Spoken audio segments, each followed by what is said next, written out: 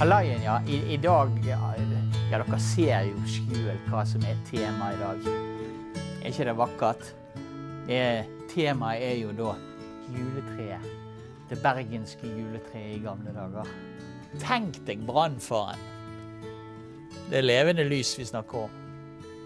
Vel, vi skal gå langt tilbake i tid først, og så skal vi fortelle fremover om juletretradisjonen i Bergen på 1800-tallet, kanskje tidlig 1900-tallet.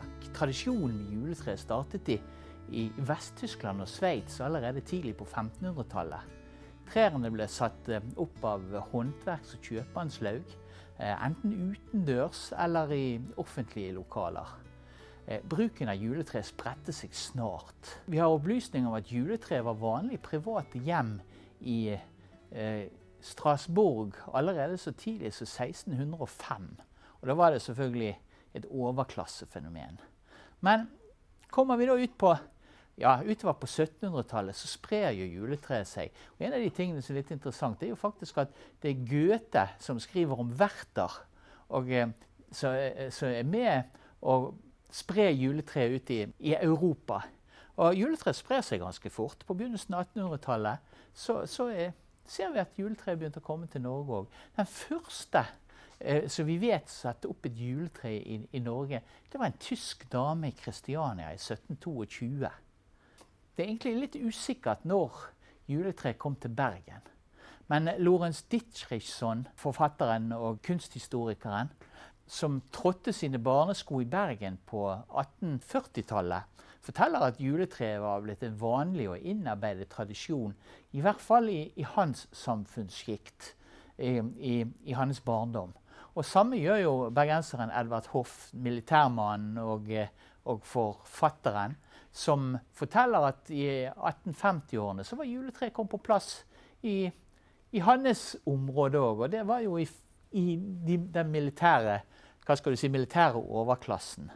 Så vi kan konkludere egentlig på bakgrunn av disse to at allerede i 1850-årene så var juletreet blitt kjent blant befolkningen i Bergen og i andre norske byer. Dette bildet synes jeg er jo da helt kostelig. Dette forteller jo litt om tidene da. Se 20-gutten da, han er vel en 10-12 år gammel. Røyken i kjeften på julebildet, og ingen reagerer.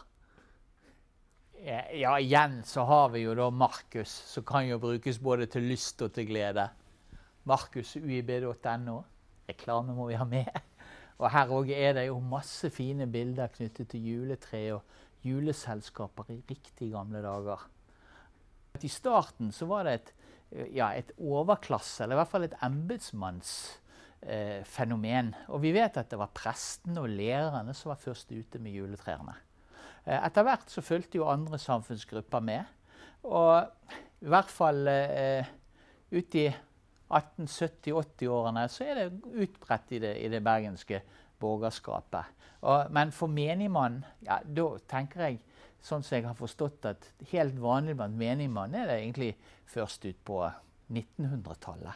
Begynnelsen av 1900-tallet da sikkert.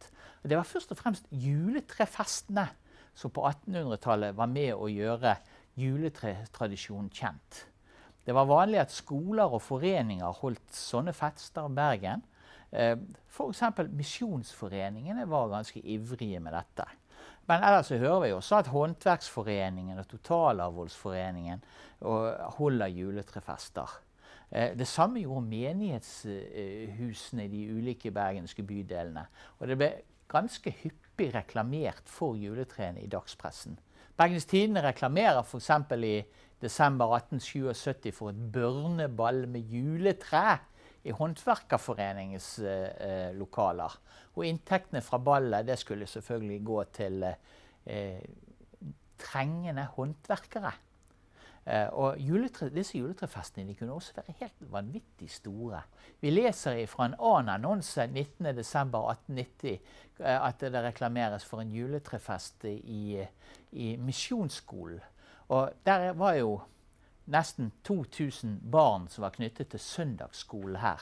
Så da planla man en juletrefest over 3 dager, hvor mer enn 2000 barn skulle være med.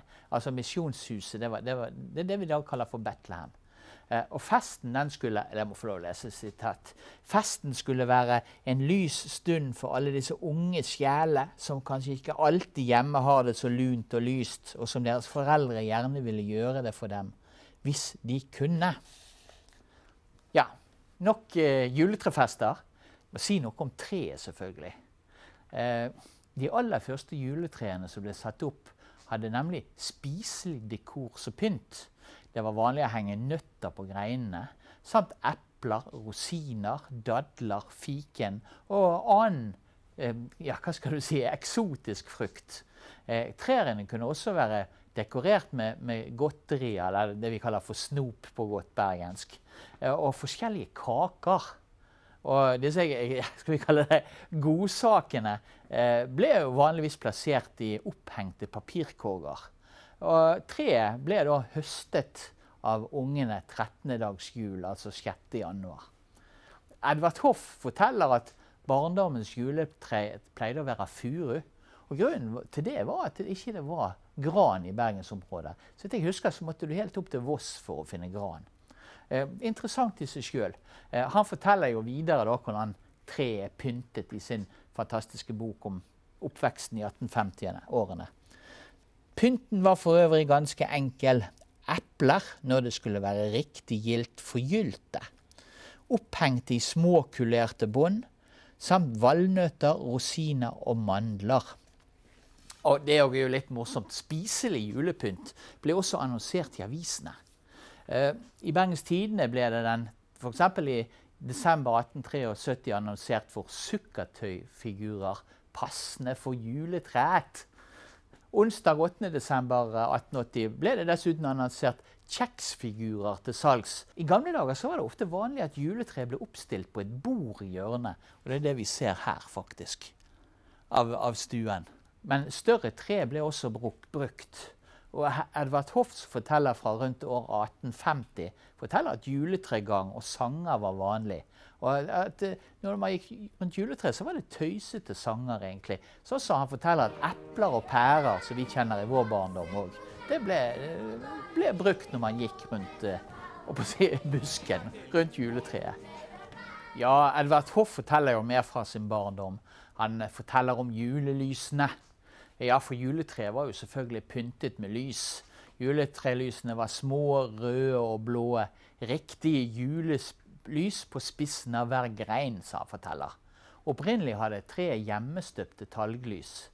Men i 1883 så ble det vanlig med juletrelys som man satte fyr på, da, som var på en måte fabrikklaget. Glitter og pynt avløste etter hvert den spiselige pynten på treet.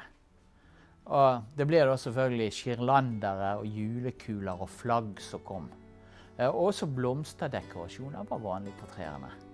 Og i toppen av treet stod det ofte en engel, eller et spyd, eller til og med en fugl kunne være plassert.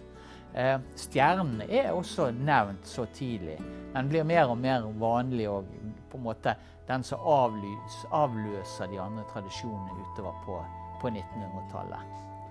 Og også denne nye pynten ble selvfølgelig behørig annonsert i bergenspressen. Og juletrepynten utviklet seg jo stadig vekk.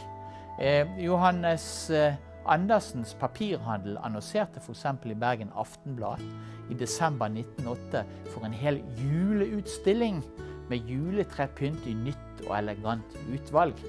Ja, som vi ser, glitter og stas slik vi kjenner det i dag, hadde kommet til Bergen for å bli også i julefeiringen.